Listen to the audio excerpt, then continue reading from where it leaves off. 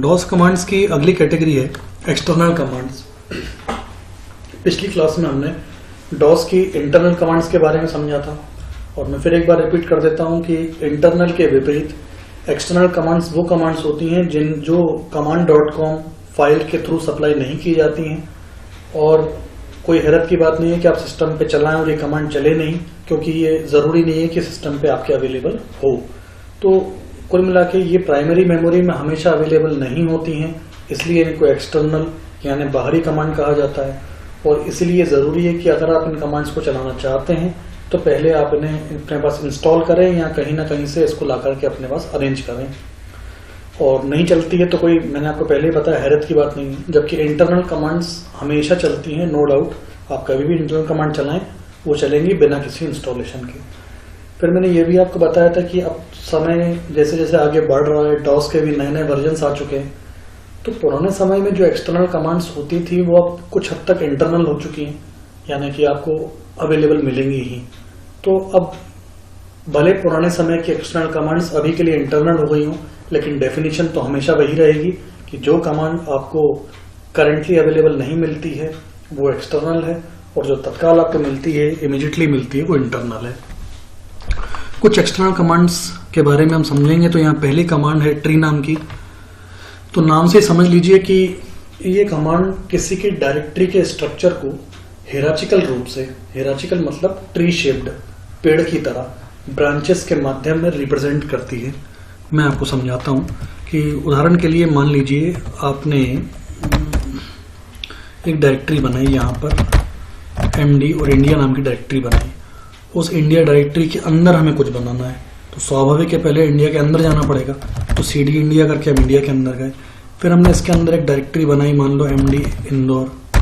फिर एक हमने बनाया MD ग्वालियर।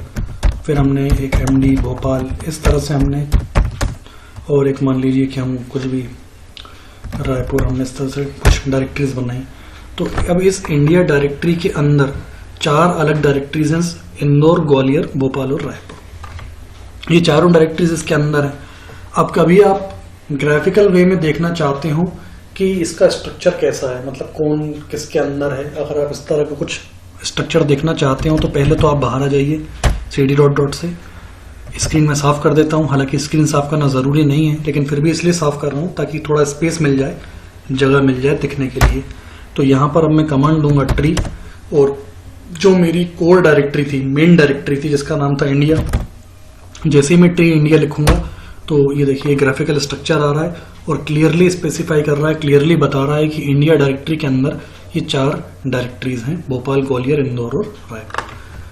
तो ये है कुल मिला के ट्री कमांड, जिसकी सहायता से एक डायरेक्टरी और उसके अंदर की सब डायरेक्टरीज, आप ये मत सोचिए कि इंदौर के अंदर की चीजें नहीं दिखेंगी। अगर आप इंदौर के अंदर और सब डायरेक्टरीज बनाते हैं और उन सब डायरेक्टरीज के अंदर और सब डायरेक्टरीज बनाते हैं तो ये पूरा स्ट्रक्चर आपको ट्री के थ्रू दिखाई दे जाएगा। इसके अलावा एक कमांड है फॉर्मेट कमांड। फॉर्मेट कमांड आप जानते हैं, जैसे हम लोग पेन ड्राइव को फॉर्मेट करते हैं, मेमोरी कार्ड को फॉर्मेट करते हैं, ठीक उसी तरह से हम ड्राइव्स को फॉर्मेट कर सकते हैं। जैसे मुझे मान लो D ड्राइव फॉर्मेट करनी है तो मैं यहाँ पर सिंपल से लिखूंगा फॉर्मेट और लिखूंगा D कॉलन, और जैसे ही मैं एंटर करूंगा तो यहाँ पे D ड्राइव फॉर्मेट हो जाएगी।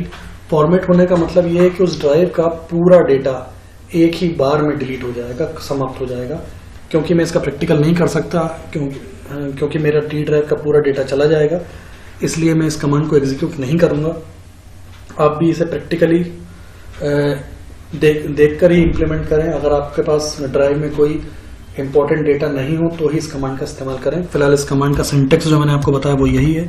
अगर आपको E ड्राइव फॉर्मेट करनी है, E ड्राइव का पूरा डेटा खत्म करना है एक ही बार में, तो पहले फॉर्मेट लिखेंगे, फिर E और फिर कॉलन, और जैसे ही आप एंटर करेंगे all the data will be erased at a time, एक ही बार में पूरा डेटा समाप्त हो जाएगा। अगली कमांड की हम बात करें तो वो है सॉर्ट कमांड। सॉर्ट का मतलब होता है क्रम से जमाना।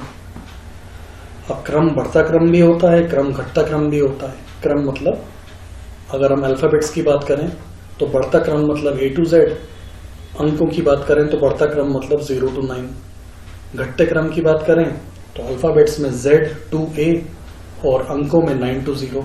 तो कुल मिला के क्रम से जमाना, वो बढ़ता क्रम भी हो सकता है, वो घटता क्रम भी हो सकता है। अच्छा, जिसका कोई क्रम नहीं होता उसे रैंडम ऑर्डर बोलते हैं, रैंडम ऑर्डर यानी बिना किसी क्रम का। तो यदि आप किसी फाइल के डेटा को क्रम से जमाना चाहें तो आप सॉर्ट का इस्तेमाल कर सकते हैं। जैसे मैं यहाँ पर एक फाइल बनाता हूँ कॉपी कॉन, और इसका नाम मैंने मान लीजिए रख दिया माई न्यू फाइल, इसका नाम रखा मैंने माई न्यू फाइल। और इसके अंदर मैंने कुछ तो भी लिखा, जैसे मैंने पहले इंदौर लिखा, फिर भोपाल लिखा, फिर अमृतसर लिखा। ये देखिए अल्फ़ाबेटिकल नहीं है, रैंडम ऑर्डर में, पहले इंदौर है, फिर भोपाल है, फिर अमृतसर है, और नहीं डिसेंडिंग ऑर्डर में जा रहा है। तो मैं एक कर्नाटका और लिख देता हूँ, तो ये सेव कर देता हूँ मैं। अब ये रैंडम ऑर्डर है, कोई क्रम नहीं है। अगर आप इसके डेटा को क्रमबद्ध रूप से देखना चाहें बढ़ते क्रम में, तो आप कमांड देंगे सॉर्ट और फाइल का नाम माई न्यू फाइल, और जैसे ही आप इंटर करेंगे तो देखिए पहले अमृतसर आया, फिर भोपाल, फिर इंदौर, फिर कर्नाटका। ये बढ़ता क्रम हो गया। वहीं अगर आप घटते क्रम में यानी डिसेंडिंग ऑर्डर में देखना चाहें तो सॉर्ट/r, इस सॉर्ट के साथ एक स्विच लगेगा r नाम का, /r का आप इस्तेमाल कीजिए। और इस्तेमाल करते ही आप जैसे ही माई न्यू फाइल बोलेंगे, माई न्यू फाइल, तो ये डेटा आपका घटते क्रम में आ जाएगा, पहले कर्नाटका, फिर इंदौर, फिर भोपाल, फिर अमृतसर। एक बात मैं यहाँ पे क्लियर कर दूं कि जो सॉर्ट कमांड है ये केवल डिस्प्ले पर्पस के लिए। डिस्प्ले पर्पस मतलब अगर आप सोचते हैं कि आपने जो फाइल बनी थी वो डेटा ही ऊपर नीचे हो गया होगा, तो ऐसा नहीं है। फाइल का डेटा अब भी वैसा ही है जैसा था, ये देखिए जैसा था वैसा ही है। केवल ये सॉर्ट डिस्प्ले पर्पस के लिए, जब आप बढ़ते क्रम में देखना चाहें तो बढ़ते क्रम में दिखा देगा, घटते क्रम में देखना चाहें तो घटते क्रम में दिखा देगा। लेकिन जो बेसिक फाइल है वो वैसी की वैसी ही रहेगी जैसी हमने सेव करी थी या जिस क्रम में हमने उसमें डेटा इनपुट किया था। तो ये थी सॉर्ट कमांड, जिसकी सहायता से हमने डेटा को, फाइल के डेटा को बढ़ते या घटते क्रम से जमाया। इसके बाद अगली कमांड है fdisk। This command is used to format disk along with creating partitions in the same disk after doing formatting। fdisk क्या करता है कि पूरी डिस्क को फॉर्मेट करने का काम करता है। जैसे मैंने अभी आपको फॉर्मेट बताई थी कमांड, फॉर्मेट क्या करता था कि फॉर्मेट के आगे जैसे आपने डी ड्राइव दे दी तो वो डी ड्राइव के सारे डेटा को एक ही बार में डिलीट कर देगा। अगर आप फॉर्मेट के आगे ई ड्राइव लिखोगे तो वो ई ड्राइव के पूरे डेटा को एक ही बार में डिलीट कर देगा, बस इतना ही काम करेगा फॉर्मेट।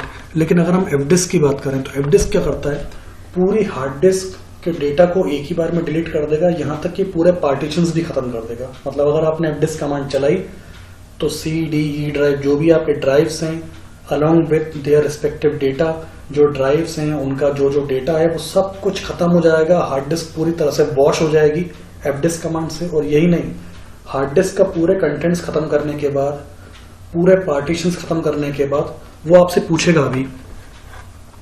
पूछेगा भी कि आपको कितने पार्टीशंस बनाने हैं। और जितने पार्टीशंस फिर आप बोलेंगे कि आपको 3 पार्टीशन बनाने हैं तो वो हर एक पार्टीशन का साइज पूछेगा और नए सिरे से दोबारा से पार्टीशंस क्रिएट कर देगा। यूं समझ लीजिए कि fdisk कमांड की सहायता से हार्ड डिस्क का पूरा डाटा मिटा करके, पार्टीशंस को मिटा करके नए सिरे से पार्टीशंस क्रिएट किए जाते हैं। तो ये कुल मिला के है fdisk कमांड।